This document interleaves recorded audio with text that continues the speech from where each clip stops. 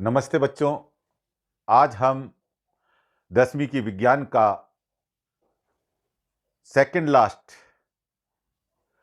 18वां पाठ भारतीय वैज्ञानिक, उनका जीवन परिचय एवं उपलब्धियां पढ़ेंगे।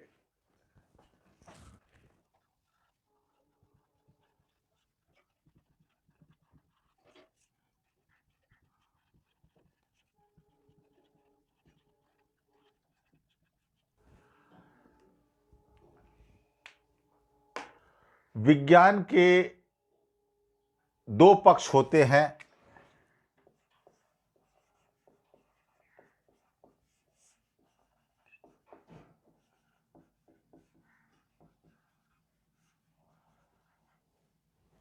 अर्थात विज्ञान के दो प्रकार हैं। एक प्रकार है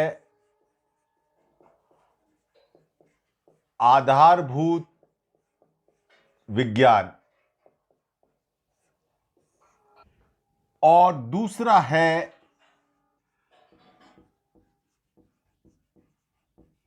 अनुप्रयोगात्मक विज्ञान।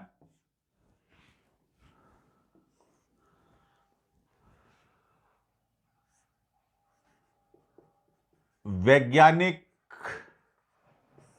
मानसिकता, समझ व जानकारी का विकास।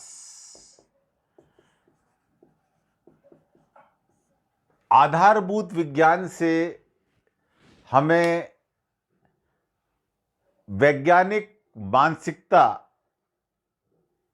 की समझ आती है, वैज्ञानिक तथ्यों की, घटनाओं की, नियमों की जानकारी मिलती है और हम किसी भी घटना को अंधविश्वास रूप में न लेते हुए हम उस घटना का अन्वेषण करते हैं और परिणामों पर पहुंचते हैं।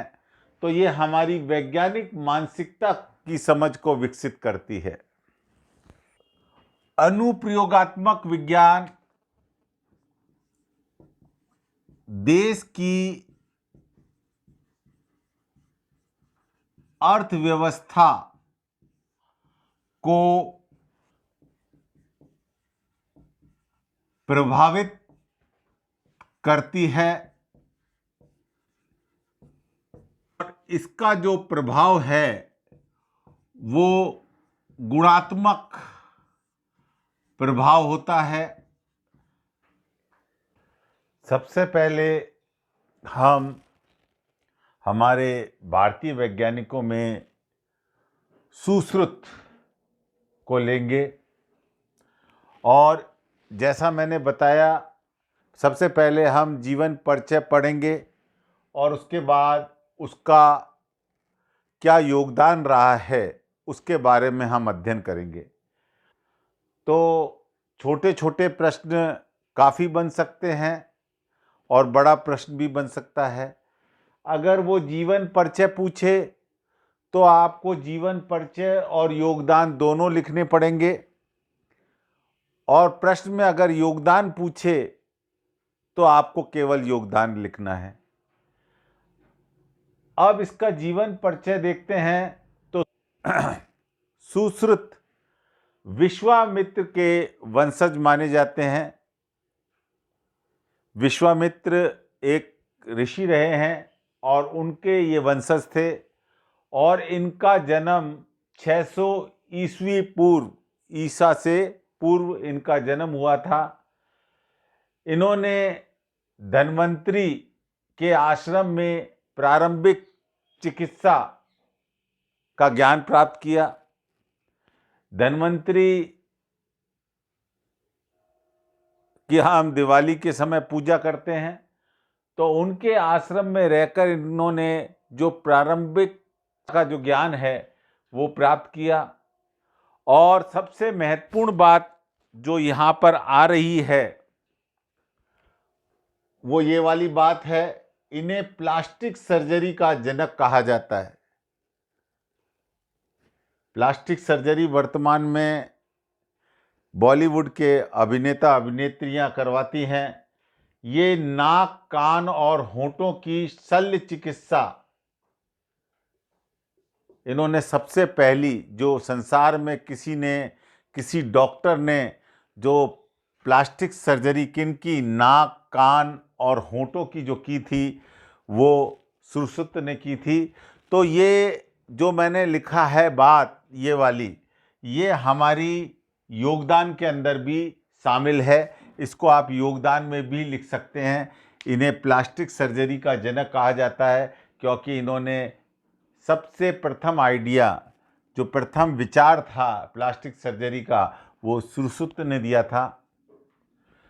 योगदान के अंतर्गत आते हैं तो इन्होंने सबसे पहले चिकित्सा विज्ञान को शल्य क्रिया, ऑपरेशन की जानकारी दी थी कि ऑपरेशन कैसे करने चाहिए या कैसे किए जाते हैं। उसकी सबसे पहली जानकारी सुश्रुत ने दी थी। अनेक जटिल ऑपरेशन प्रस्तुत किए इन्होंने। संसार को शल्य क्रिया में प्रयुक्त यंत्रों का इन्होंने ज्ञान कराया। इनके द्वारा रचित पुस्तक सुश्रुत संहिता में शल्य चिकित्सा का विस्तृत विवरण लिखा हुआ है। ये एक संस्कृत में ग्रंथ है जो सुश्रुत ने लिखा था, सुश्रुत संहिता। और इसके अंदर जो ऑपरेशन की जो चिकित्सा है उसका विस्तृत विवरण लिखा हुआ है। इन्होंने, ये पहले चिकित्सक थे जिन्होंने कहा था कि जो यहाँ पर ये शल्य चिकित्सा कराई जा रही है, जहाँ पर ये ऑपरेशन कराया जा रहा है, उस क्षेत्र का सफाई की जानी चाहिए। जैसे मान लो यहाँ पर ऑपरेशन करना है तो इस क्षेत्र की सफाई की जानी चाहिए पहले। और ऑपरेशन में जो काम आने वाले उपकरण हैं उनको गर्म किया जाना चाहिए। गर्म करने से क्या होगा कि उसमें एक आपूर्ति दोष समाप्त हो जाएगा और उसमें जो बैक्टीरिया होंगे वो गर्मी पाकर बैक्टीरिया भी नष्ट हो जाएंगे। ये का विज्ञान के क्षेत्र में और भी योगदान रहा है। इन्होंने रक्त का थक्का जमना रोकने, यानी जब भी कहीं पर चोट लगती है तो कुछ समय बाद वहाँ से रक्त निकलना बंद हो जाता है। इस घटना को हम रक्त का थक्का जमना कहते हैं। लेकिन ऑपरेशन करते समय ऐसा थक्का नहीं जमना चाहिए। अगर ऐसा थक्का जम जाएगा तो शायद जो व्यक्ति है उसकी मृत्यु हो सकती है। तो उसको रोकने के लिए उन्होंने विषहीन, जो जहरीली नहीं है, ऐसी जोकों का इस्तेमाल करना संसार को बताया था। जोकें एक तरह की लट होती है जो हमारे शरीर पर चिपक जाती है और अपने मुंह से रक्त को चूसती है। तो उसके मुंह से एक ऐसा पदार्थ निकलता है जिससे जो खून है उसका थक्का नहीं जम पाता है। तो उन्होंने उस बात का उपयोग रक्त का थक्का जमना रोकने के लिए ऑपरेशन के समय उन्होंने विषहीन जोकों का इस्तेमाल किया। इन्होंने जोसेफ ईस्टर, ये बाद के वैज्ञानिक रहे हैं चिकित्सा के, से पूर्व रोगाणु रोधक एंटीसेप्टिक्स और विसंक्रमण स्टेरलाइजेशन, कीटाणु और रोगाणु से रहित करने की जानकारी हमारे दूसरे वैज्ञानिक हैं चरक। और सबसे पहले इनका जीवन परिचय हम देखते हैं। चरक आयुर्वेद चिकित्सा के एक महान आचार्य थे और वे पीड़ित जनता यानी रोगियों का इलाज करने के लिए और शिक्षा देने के लिए वो दूर दूर तक काफ़ी पैदल चला करते थे और इसी कारण उनका नाम चरक पड़ा। चरक एक संस्कृत भाषा का शब्द है जिसका अर्थ होता है चलना। तो ये काफ़ी चलते थे, इसलिए इनका नाम चरक पड़ा। इनका योगदान, इन्होंने पाचन, भोजन कैसे पचता है और उसका शरीर किस प्रकार उपयोग करता है, उपापचय और शरीर प्रतिरक्षा की अवधारणा दी कि शरीर जो है रोगाणुओं से किस प्रकार अपने आप को तैयार करता है, उनसे किस प्रकार लड़ता है। तो ये शरीर प्रतिरक्षा की बात हुई है। इसकी जो जानकारी थी वो चरक ने दी थी। इन्होंने, चरक ने शरीर में 3 प्रकार के दोष बताए, पित्त, कफ और वात, जिस पर हमारा आयुर्वेद आज भी कार्य करता है। और इन्हीं जो दोष हैं, ये 3 जो दोष हैं, पित्त, कफ और वात, इनमें जब असंतुलन हो जाता है, गड़बड़ आ जाती है, तो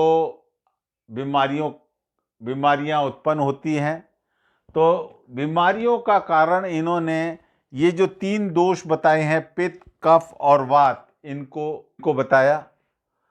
इन्होंने एक ग्रंथ लिखा संस्कृत में, चरक संहिता। चरक संहिता, ये एक इन्होंने ग्रंथ लिखा जिसे आज भी चिकित्सा शास्त्र में सम्मान की दृष्टि से देखा जाता है।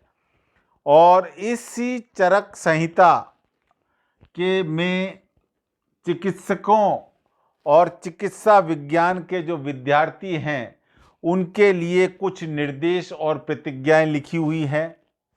वो प्रतिज्ञा इस प्रकार हैं कि रोगी के घरेलू या रोगी की जो गोपनीय जानकारी है, बीमारी संबंधी या उसके घर से संबंधी जानकारी को समाज में नहीं कहा जाएगा। रोगी से किसी प्रकार की शत्रुता ना रखते हुए उसका इलाज किया जाएगा। जो डॉक्टर होते हैं, जिन्हें अपन चिकित्सक बोलते हैं, उन्हें सदैव ज्ञान की खोज के लिए तत्पर रहना होगा। कुछ उसके निर्देश और प्रतिज्ञा हैं जो चरक संहिता में लिखी हुई हैं। उन्होंने आनुवांशिकी के मूल सिद्धांतों की व्याख्या की और उसमें बताया कि शिशु में लिंग निर्धारण, कि शिशु लड़का होगा या लड़की, इसका निर्धारण किन कारणों से होता है, उसकी जानकारी दी। बच्चे में आनुवांशिक दोष अगर आया है, आनुवांशिक दोष जैसे बच्चा अंधा है या लंगड़ा है, तो वो आनुवांशिक दोष उस बच्चे में माता पिता में उसके कोई अभाव रहा होगा या उसके माता पिता में कोई त्रुटि रही होगी, उस त्रुटि के कारण ये दोष बच्चे में आया है। ये भी आनुवांशिक से संबंधित है। तो ये चरक ने एक तो आयुर्वेद के क्षेत्र में बहुत ज़्यादा उन्होंने बीमारियों का इलाज के संबंधी ज्ञान दिया, और आनुवांशिकी संबंधी जो आनुवांशिक बीमारी हैं या लिंग निर्धारण है, वो भी चरक ने बताया। इसी प्रकार एक ग्रंथ लिखा चरक संहिता, जिसके अंदर उन्होंने चिकित्सकों और मेडिकल के जो छात्र हैं उनको कुछ निर्देश दिए और प्रतिज्ञाएं दी। पढ़ने जा रहे हैं, वो हैं सीवी रमन, चंद्रशेखर वेंकट रमन इनका पूरा नाम है। इनके पिता का नाम चंद्रशेखर अय्यर, जो कि भौतिक शास्त्र के प्राध्यापक थे, और इनका जन्म 7 नवंबर 1888 में हुआ था।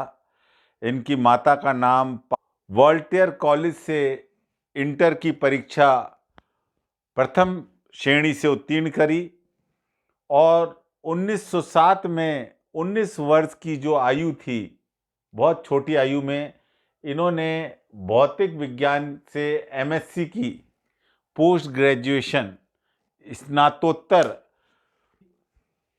और एक विशेषता ये थी कि इन्होंने भौतिक विज्ञान में एमएससी करी थी, लेकिन जब प्रतियोगी परीक्षा दी तो उसमें इन्होंने साहित्य, इतिहास और राजनीति शास्त्र जैसे विषय लिए और ये परीक्षा उन्होंने उत्तीर्ण की। भारत सरकार ने इन्हें अर्थ विभाग में उप महालेखापाल के पद पर नियुक्त किया और 1917 तक उन्होंने इस पद पे कार्य किया। लेकिन 1917 में इन्होंने इस पद से त्यागपत्र दे दिया, क्योंकि इस पद पर रहते हुए वो विज्ञान में जो उनका रुझान था, विज्ञान का अनुसंधान में जो उनका रुझान था, वो नहीं कर पाते थे।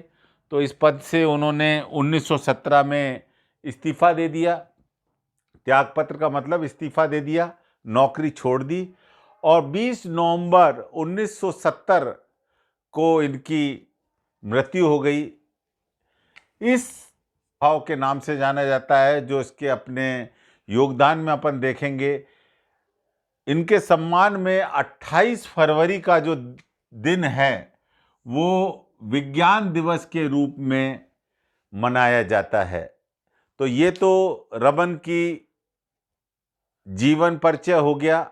अब हम इसका योगदान देखते हैं। विज्ञान के क्षेत्र में योगदान।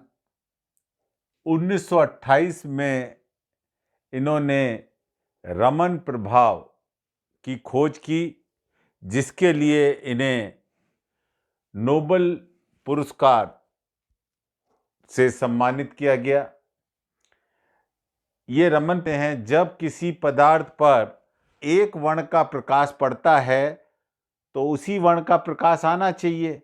लेकिन रमन ने देखा कि जब किसी पदार्थ पर एक वर्ण का प्रकाश डाला जाता है तो उस वर्ण के प्रकाश के साथ साथ कुछ अन्य वर्ण का प्रकाश, जिसकी तीव्रता, आवृत्ति इससे ज़्यादा या इससे कम हो सकती है, वो भी हमें प्राप्त होता है, जिसे इन्होंने एंटी स्टॉर्क रेखाएं और स्टॉर्क रेखाएं नाम दिया। और यही प्रभाव जो हमने आपको समझाया है इस चित्र के माध्यम से, रमन प्रभाव है। इसके साथ साथ रमन ने समुद्र और आकाश का रंग नीला क्यों होता है, इसका कारण भी रमन ने बताया। चुंबकीय शक्ति, एक्सरे किरणें, पदार्थ की संरचना, वर्ण, ये वर्ग नहीं है, ये है वर्ण। वर्ण व ध्वनि पर भी वैज्ञानिक अनुसंधान किए इन्होंने। इन चीज़ों पर भी इन्होंने कार्य किया। 1949 में भारत सरकार ने इन्हें राष्ट्रीय प्राध्यापक यानी लेक्चरर पद पे नियुक्त किया और 1954 में इन्हें भारत रत्न से इनको सम्मानित किया गया। भारत रत्न भारत का सर्वोच्च सम्मान है, भारत में किसी व्यक्ति को मिलने वाला सर्वोच्च सम्मान है। वैज्ञानिक शांतिपूर्ण कार्यों द्वारा राष्ट्र के मध्य में मैत्री यानी मित्रता कराने या मित्रता को बढ़ावा देने के लिए इन्हें लेनिन पुरस्कार भी दिया गया। ये सीवी रमन का एक तो रमन प्रभाव बहुत महत्वपूर्ण है, एक उन्होंने समुद्र और आकाश का रंग नीला, ये इसके मुख्य योगदानों के अंतर्गत आता है। जो हमारे भारतीय वैज्ञानिक हैं, होमी जहांगीर भाभा, इनका जन्म 30 अक्टूबर 1909 को मुंबई के एक पारसी परिवार में हुआ था। कैनन हाई स्कूल और बाद ये उच्च अध्ययन के लिए विश्वविख्यात कैम्ब्रिज यूनिवर्सिटी में अध्ययन के लिए चले गए। यांत्रिकी अभियांत्रिकी यानी मैकेनिकल इंजीनियरिंग में स्नातक करने के बाद इन्होंने सैद्धांतिक भौतिकी में कार्य किया। इनका देहांत 24 जनवरी 1966 को जर्मनी से आते हुए एक हवाई दुर्घटना में हो गया था। ये इनका जीवन परिचय रहा है। योगदान में इनका जो मुख्य योगदान रहा है कॉस्मिक किरणें, कॉस्मो जो शब्द है वो अंतरिक्ष के लिए किया जाता है। तो अंतरिक्ष से आने वाली किरणें, कॉस्मिक किरणें और परमाणु ऊर्जा रिसर्च करी। इन्होंने 1937 में डब्ल्यू हिल्टर के साथ मिलकर इन कॉस्मिक किरणों का अध्ययन किया। कॉस्मिक किरणें एक प्रकार के सूक्ष्म कण होते हैं जो बाह्य अंतरिक्ष से हमारे वायुमंडल में प्रवेश करते हैं और यह कण वायु के कणों से क्रिया करके इलेक्ट्रॉन के समान कणों का एक फव्वारा बना देते हैं। जैसे फव्वारे में पानी निकलता है, इसी प्रकार वायु के कणों से क्रिया करके ये इलेक्ट्रॉन का फव्वारा उत्पन्न करते हैं। इन कण की खोज डॉक्टर और जिन्हें आजकल मेसॉन कणों के नाम से जाना जाता है। इन कणों का जो फव्वारा बन जाता है 1945 में TIFR, Tata institute of fundamental research, ये अनुसंधान के लिए भारत में एक अच्छा संस्थान है, की स्थापना की, जिसमें इनका योगदान रहा। 1948 में भारत में परमाणु शक्ति आयोग की स्थापना हुई, जिसमें भाभा साहब को अध्यक्ष बनाया गया। इन्हीं के निर्देशन में जो रिएक्टर्स, परमाणु भट्टी, अप्सरा, साइरस और जर्लिना, 3 परमाणु भट्टियां जो बनी शुरुआत में, वो इन भाभा साहब के निर्देशन में, देखरेख में बनी। 1963 में देश का पहला परमाणु बिजली घर का निर्माण तारापुर में हुआ, जो इन्हीं के निर्देशन में संभव हुआ। इन्होंने, आपने देखा होगा, या तो कॉस्मिक किरणों पर या परमाणु ऊर्जा पर, तो इन्होंने जो परमाणु विज्ञान में इनका जो योगदान रहा है, विशेष योगदान रहा है, उसके कारण इनको भारतीय परमाणु विज्ञान का पिता कहा जाता है।